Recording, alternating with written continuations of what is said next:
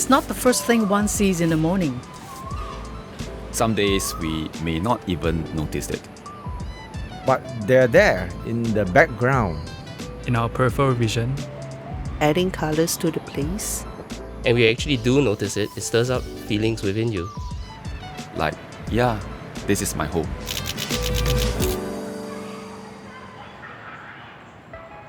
In Singapore, a good majority of our local population lives in public housing, known as Housing Development Board flats or HDB. I think that's something unique to Singapore.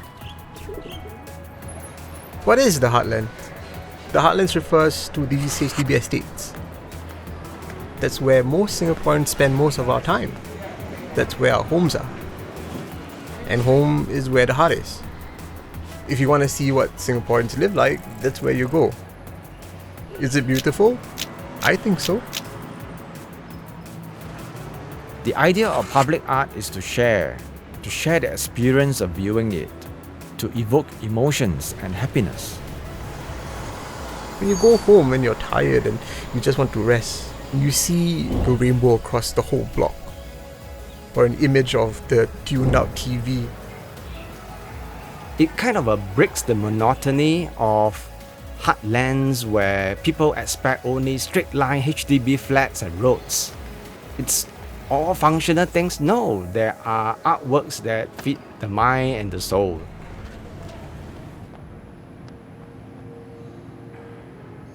So I started painting projects in the Heartlands because I wanted to explore the histories behind different neighbourhoods in Singapore. I knew from the start that the feedback from residents was going to be essential. My own style had to take a back seat because now there was a real group of people that I could design for. And there was this group of people that were also invested and willing to work with me to make their home better than it was.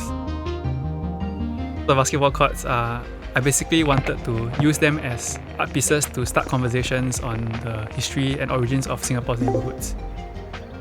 Punggol is the first waterfront town in Singapore. There are waterways and stuff intentionally built within the neighbourhood and estate. So that's why the hues of blues were used. The word Punggol derives from a Malay term. It's to throw sticks at fruit trees to get the fruits down. So that's why in the design as well there are stick motifs. Bishan comes from the word Paisanting. It translates to rolling jet hills. Because of that, we chose hues of green and depicted rolling jet hills on the court itself. I hope that my art can help people slow down and appreciate the things around them, and also give opportunities for communities to grow, to get closer and to learn about their histories and to write new stories.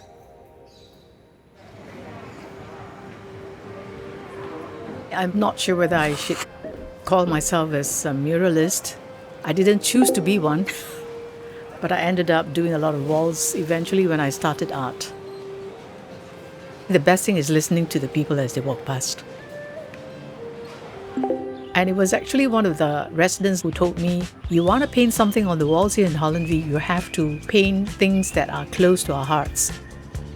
You put yourself in the place of the person who is looking at it, and what kind of feelings will it evoke in the person?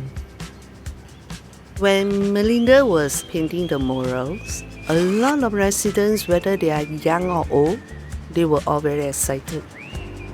A lot of them stopped by and gave her ideas on what to include in the paintings.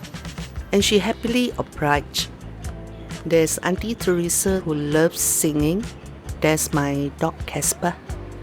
There was an uncle who always sat at the citizen corner. He has since passed on, but his family feels like he is still with them because they always see him in the mural. I think that's what gives you a stronger connection to them.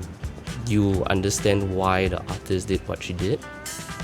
There's resonance to it. So every few years, there's usually repainting works done for HDB blocks.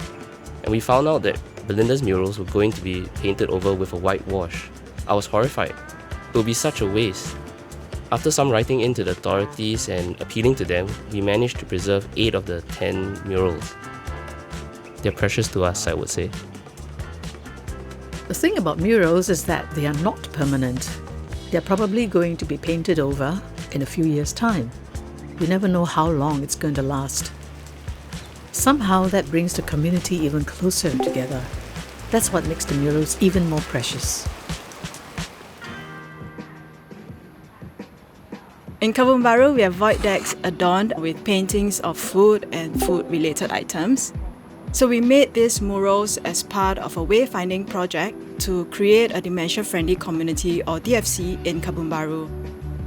We had focus group discussions, we had surveys done with the residents, artists, and persons living with dementia and their caregivers.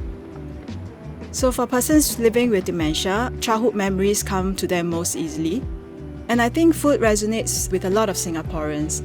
So old school snacks and food containers come to mind as a theme for these murals. So ang ku kueh, kueh lapis, tingkat, and your Hainanese coffee cup.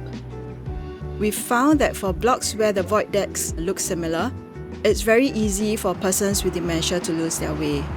So the murals function as a way for them to orientate themselves, using icons that are memorable and easy to describe.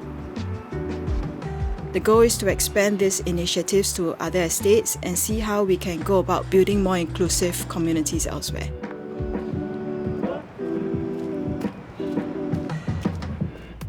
In a concrete jungle like Singapore, it really makes a difference to the landscape when you have artworks popping up in unexpected places. Walking through different estates is eye-opening on its own. Add mural artwork into the mix and it turns into an adventure. It adds colour to who we are and where we live, yet at the same time, it also is a reflection of who we are. What is local? What is the local flavour? How do people in Singapore live their lives? What is their living environment like? I think these artworks tell the Singapore story, and I hope that visitors who come and spend a day in our heartlands will also learn more about our public housing and our average Singaporeans' everyday lives. While I was painting the Woodlands murals, it was a late evening, and I noticed a lady was standing behind me for a long time. And when I turned around, she smiled at me and she told me that she actually had a very bad day after work. But when she saw what I was doing, her day brightened up. At that moment, I felt so happy that my murals had such a positive impact on people.